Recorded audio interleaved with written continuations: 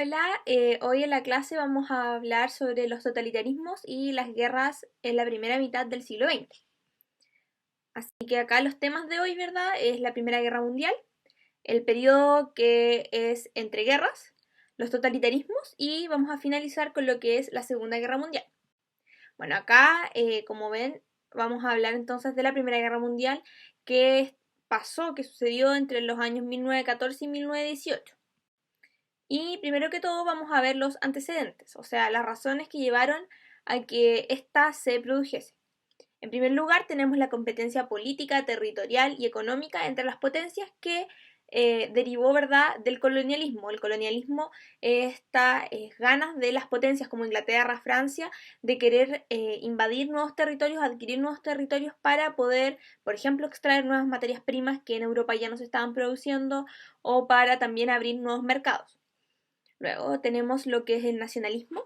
El nacionalismo es este sentimiento de amor a la patria, pero ya acá, como lo dice, es exacerbado. O sea, ya no es algo de a lo mejor a mí me gusta mi país, sino que es algo de mi país es mejor que otros y tenemos que, si es necesario, luchar por ello.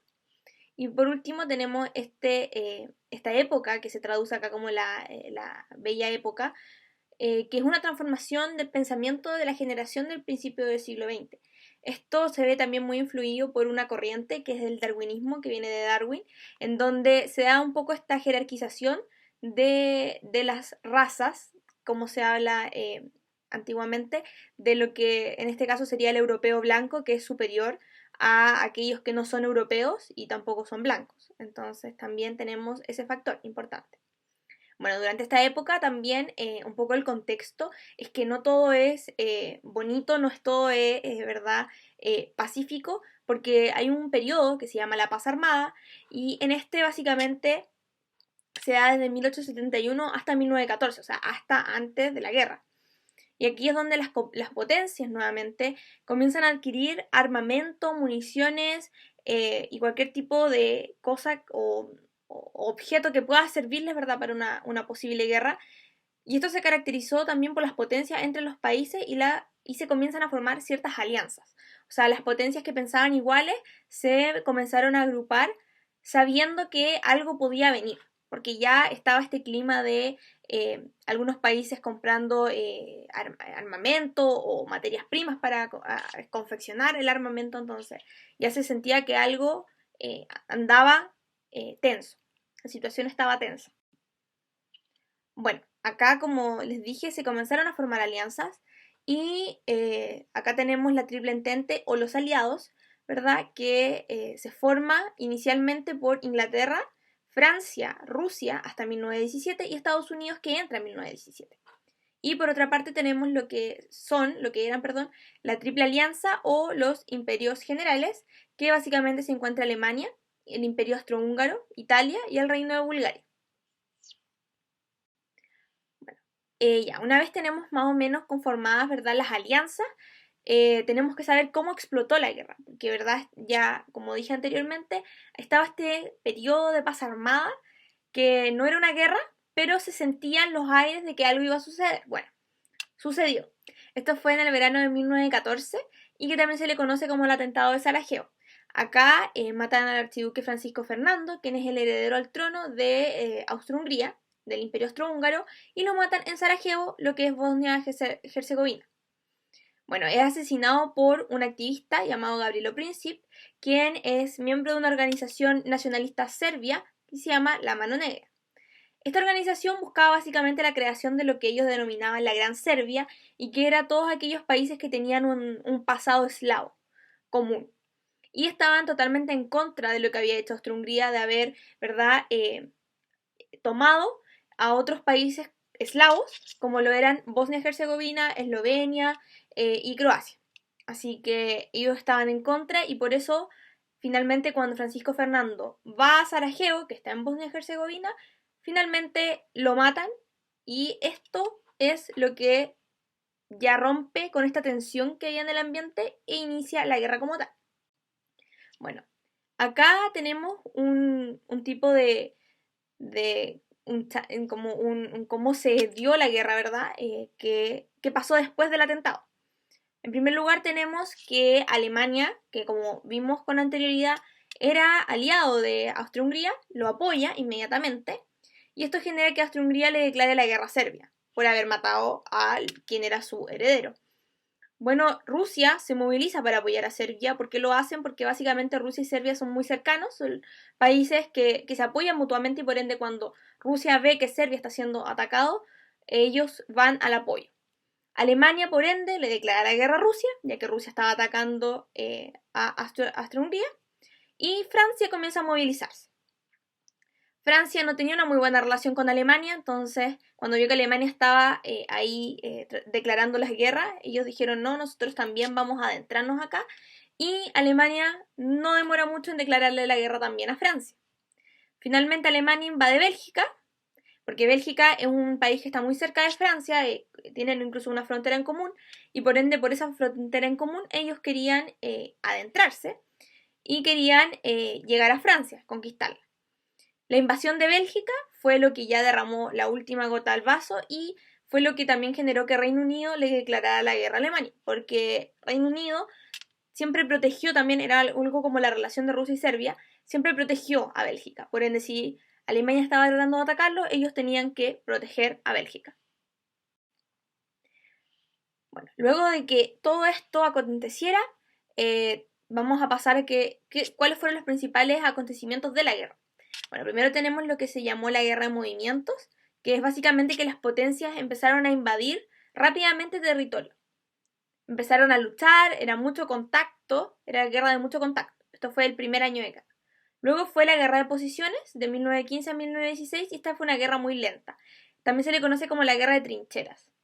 Básicamente los soldados estaban en trincheras que eran agujeros cavados en el suelo, en donde podían pasar semanas hasta meses, con por ejemplo compañeros muertos al lado, por ende las enfermedades, las epidemias, todo eso estaba en el momento mismo, comenzó a florecer mucho ese tipo de cosas. Y básicamente acá Italia, quien en un principio estaba con los imperios centrales, se cambia de bando con los aliados. Bueno, también acá comienza lo que es la guerra submarina. Alemania ya comienza a botar varios barcos y esto lo hacen incluso con barcos que tenían otro fin que no era guerra. O sea, le botó muchos barcos a Estados Unidos en aguas internacionales cuando en aguas internacionales sí se podía navegar libremente.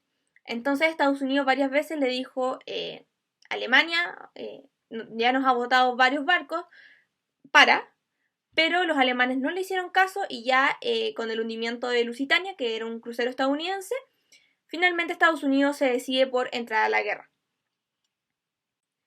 En 1917 Rusia abandona la guerra porque sucede algo en el interior de ellos, que fue la revolución rusa bolchevique, y firman un tratado de paz y rendición con Alemania que se llama el Brest-Litovsk.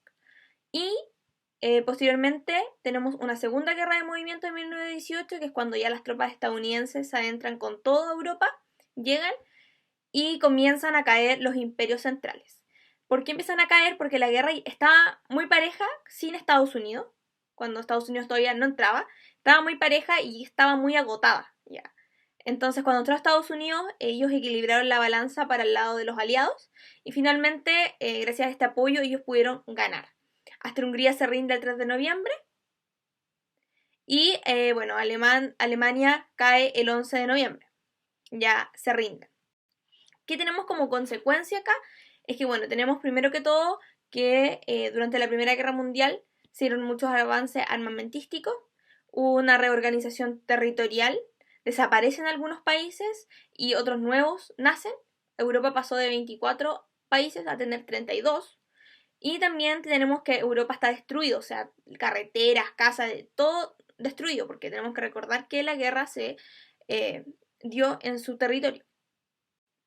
Bueno, acá tenemos un mapa que es importante ver, porque acá tenemos lo que era el Imperio Ruso antes de la Primera Guerra, antes de la Primera Guerra Mundial, y acá tenemos lo que es la Unión Soviética, que nace, ¿verdad?, en 1922, y que lo vamos a ver más adelante, pero que nace y que finalmente acá podemos ver cómo está Estonia, Letonia, Lituania, Prusia, y acá no. ¿Por qué no están? Porque estaban comprendidos entre este territorio que era del Imperio Ruso.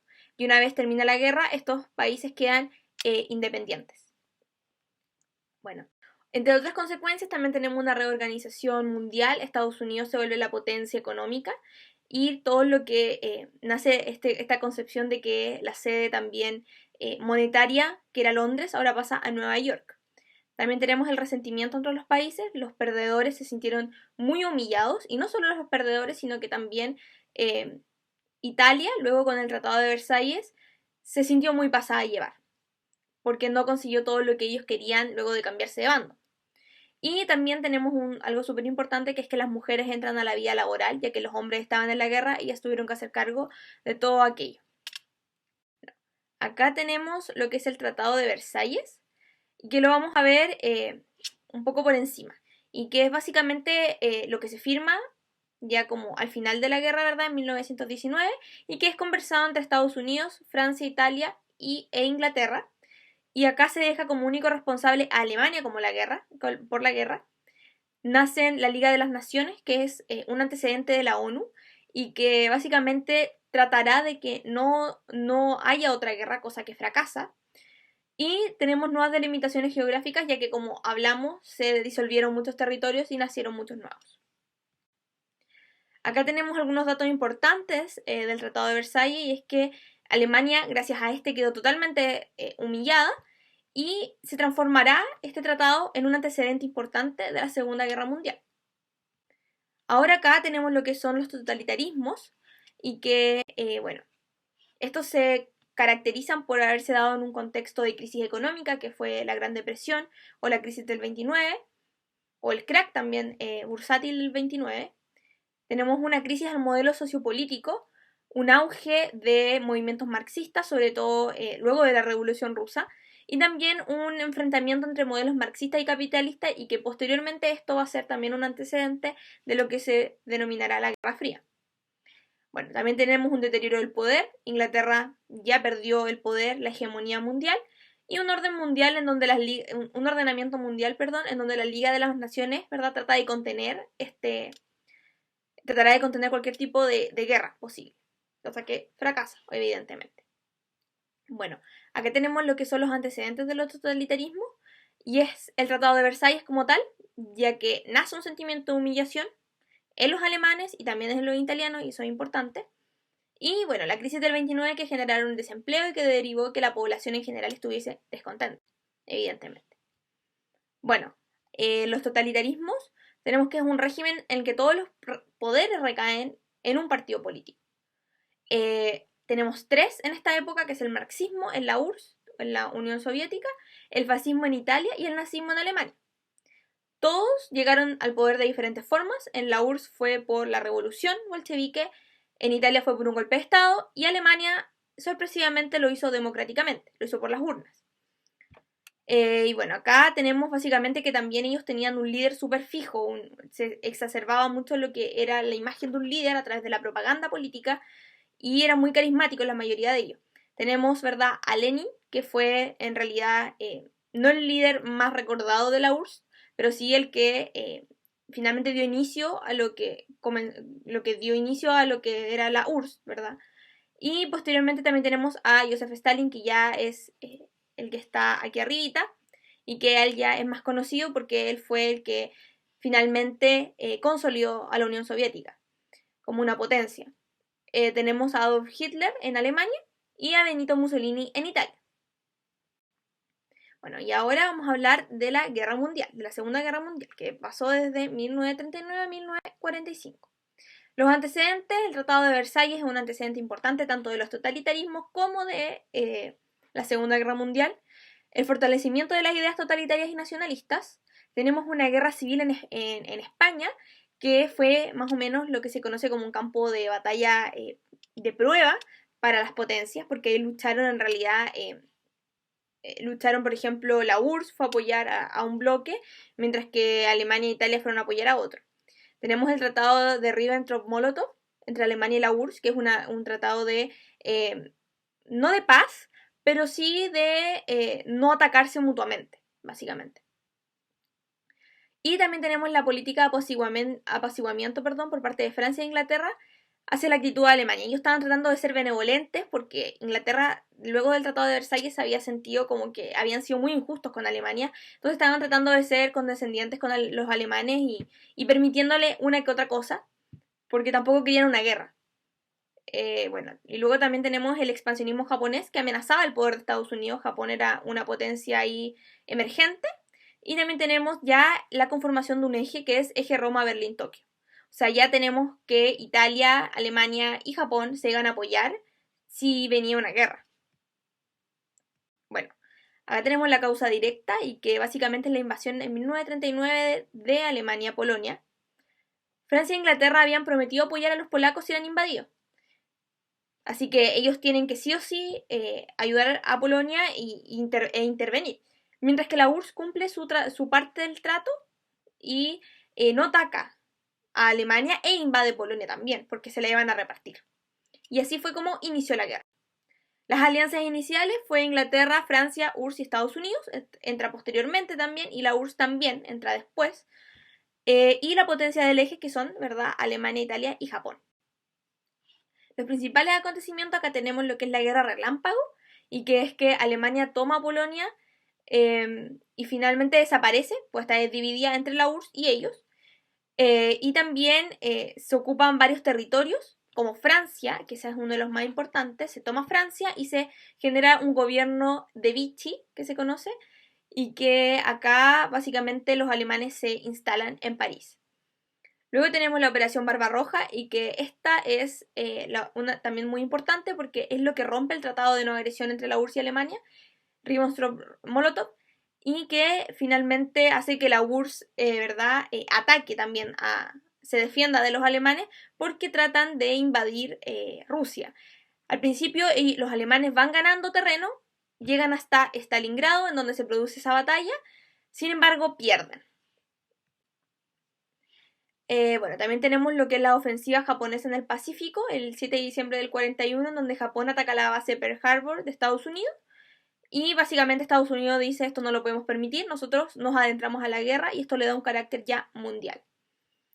Tenemos acá, ¿verdad?, también la contraofensiva de los aliados, los alemanes que pierden en Stalingrado, debido sobre todo porque no estaban preparados para luchar en el invierno crudo ruso sobre todo.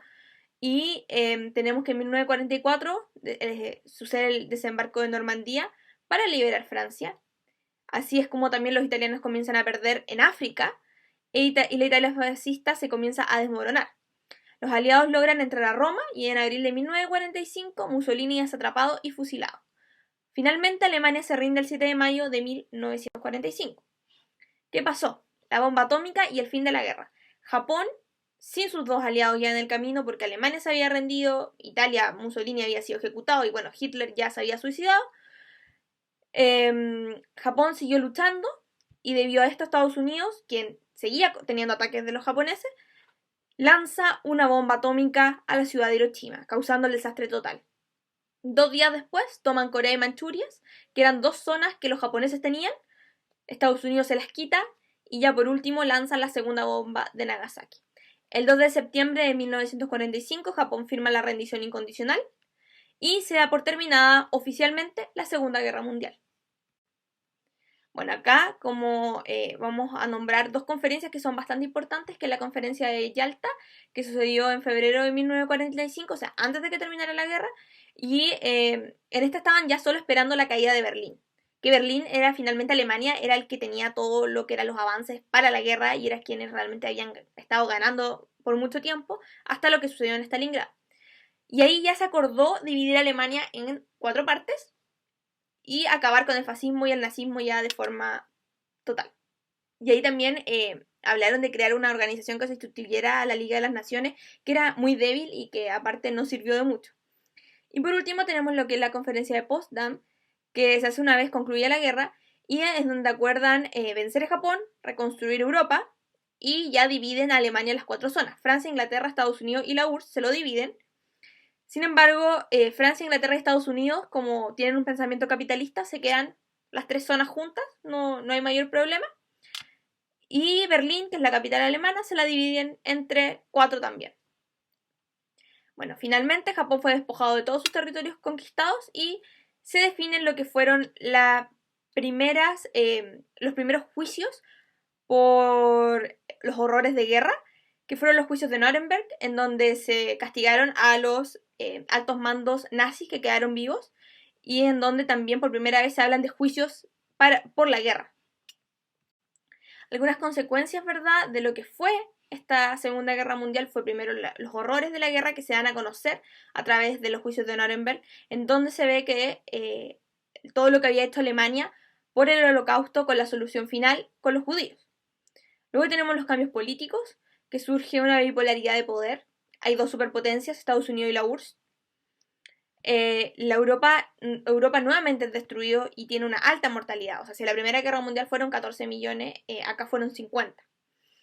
Y cambios territoriales que, Austria y Checoslovaquia recuperaron su autonomía, Alemania perdió Prusia y otros territorios, Italia perdió la calidad de imperio y Corea quedó ocupada por fuerzas estadounidenses y soviéticas, lo que también más tarde derivaría en lo que se conoce como la Guerra de Corea. Así que espero que haya quedado muy claro y muchas gracias por su atención y que estén muy bien.